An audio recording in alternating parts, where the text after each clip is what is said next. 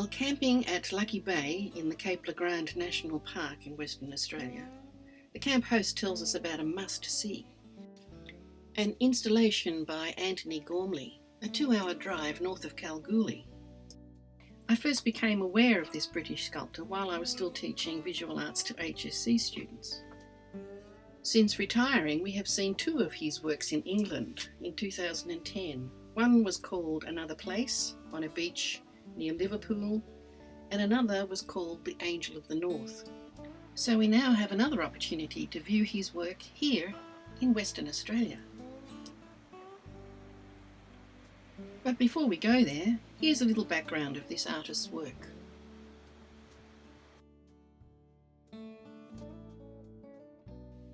Antony Gormley has created this installation 5 times in different venues around the globe. Each time, up to 350 local men and women, under Gormley's guidance, create up to 210,000 figurines using clay found in their local region.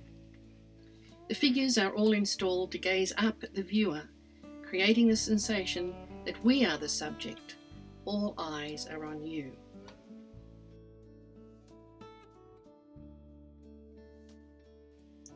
Another Place at Crosby Beach near Liverpool in England consists of 100 cast-iron life-size figures spread out along 3 kilometres of beach and 1 kilometre out to sea. The figures, each weighing 650 kilograms, are made of casts from the artist's own body.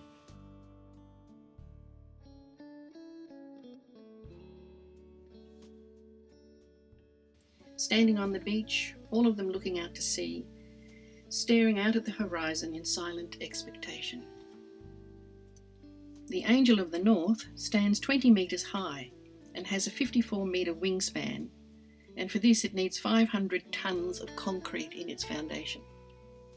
The wings are slightly angled forward to give a sense of an embrace.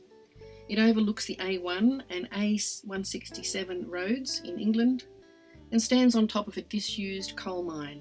It represents the transition from an industrial to an information age.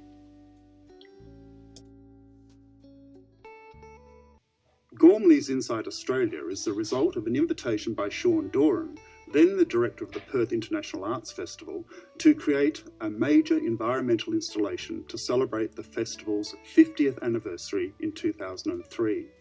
In accepting the commission, the London-based Turner Prize winner had to find an appropriate site. I just wanted somewhere with an absolutely flat, more or less 360-degree horizon, and that's what we found. The west end of Lake Ballard, which is this extraordinary lake, 70 miles long, 30 miles wide, with this sodium crust that makes everything stand out absolutely clearly.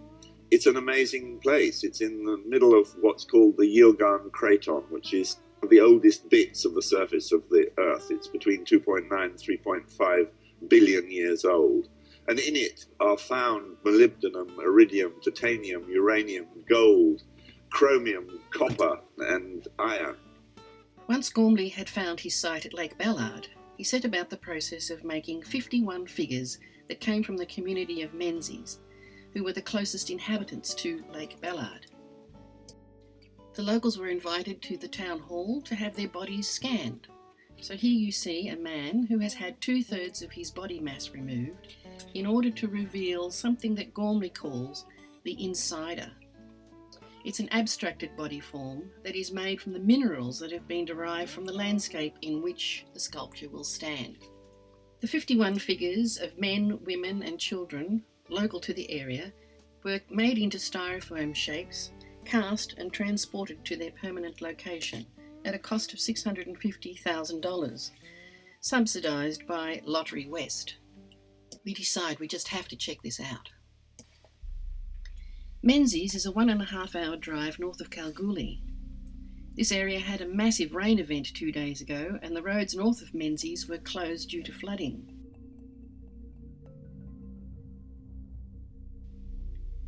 After a delicious cup of coffee, we find out that the road to Ballard opened up this morning.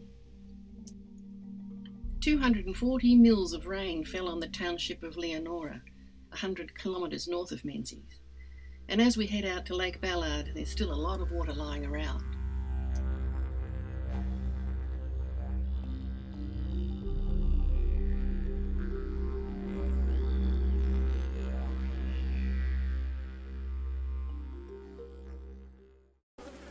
When we arrive, we've got the whole place to ourselves, except for the flies, of course. We're so glad we brought our fly nets with us this time.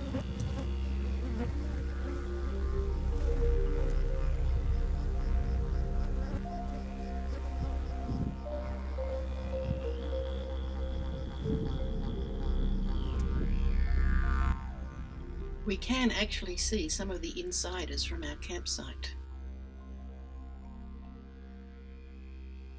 We arrived here when it was around 30-31 degrees, beautifully warm, but we've had time to go out and harvest some wood so that we can stay toasty tonight as the temperature drops.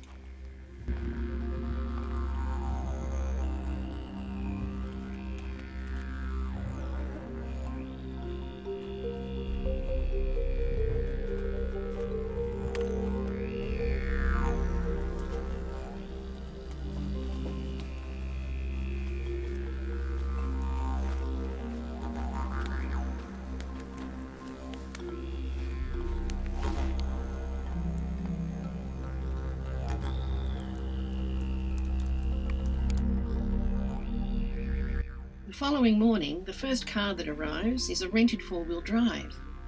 The driver turns out to be one of the curators from the Perth Gallery.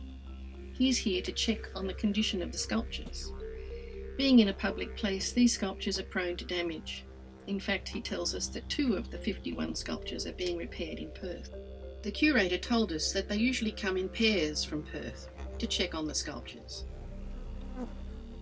Today, being on his own in rising floodwaters where you can actually sink up to your knees, he's only able to check 11 of the works safely.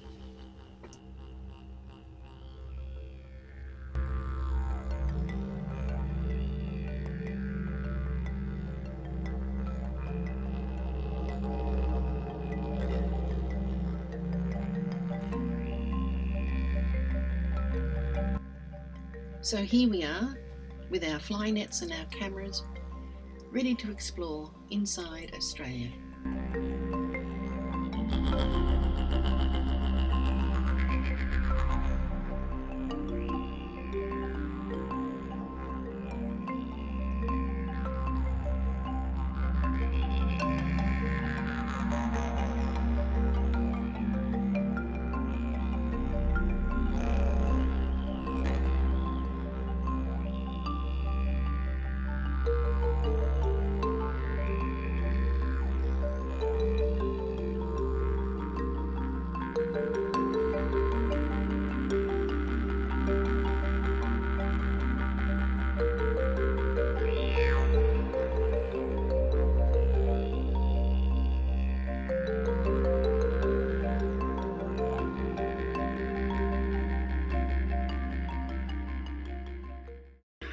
For me, returning art to the centre of human life as a place of reflection about who we are, where we come from, where we might be going collectively, our relationship to place and the planet as a whole.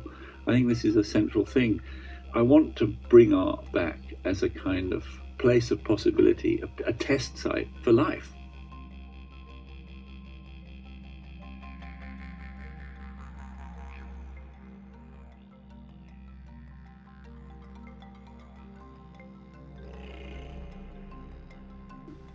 When the actual artwork was officially unveiled back in February 2003, it served to almost immediately put Lake Ballard on the global map, initially with art lovers, but soon with a growing band of visitors who wanted to see what all the fuss was about.